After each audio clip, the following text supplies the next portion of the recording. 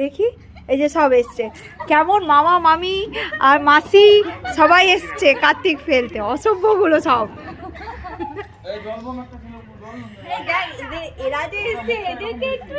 হ্যাঁ বলছে আবার আমার এরাও চলে এসছে, দাদা দিদিরাও চলে এসছে।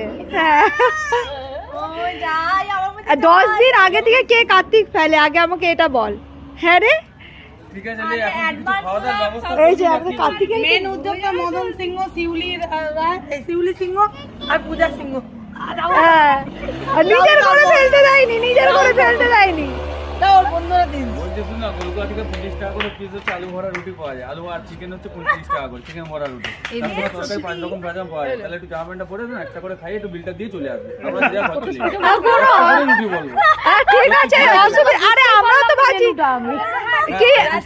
আচ্ছা এটাতেই হয়ে যাবে, তার কার্তিক পূজা খাওয়াতে হবে না তো? আমার দামগুলো জেনে এসছে। তুমি পূজার দিন আসবো দেখা করতে, কিন্তু অপডেটে খাওয়াবি। আমাদের খিচুড়ি খাওয়ালে হয়ে যেত। তো জন্মদিন দুখানা মিস করেছো, নিজে রাজেনের জন্মদিন নিজের জন্য খেতে চায় না, ঠিক আছে, ওর মেনু ঠিক করে নিয়েছে। ও বাবা আবার মেনু ঠিক করে এসেছে। একদম একদম। আবার আলু কুলচা।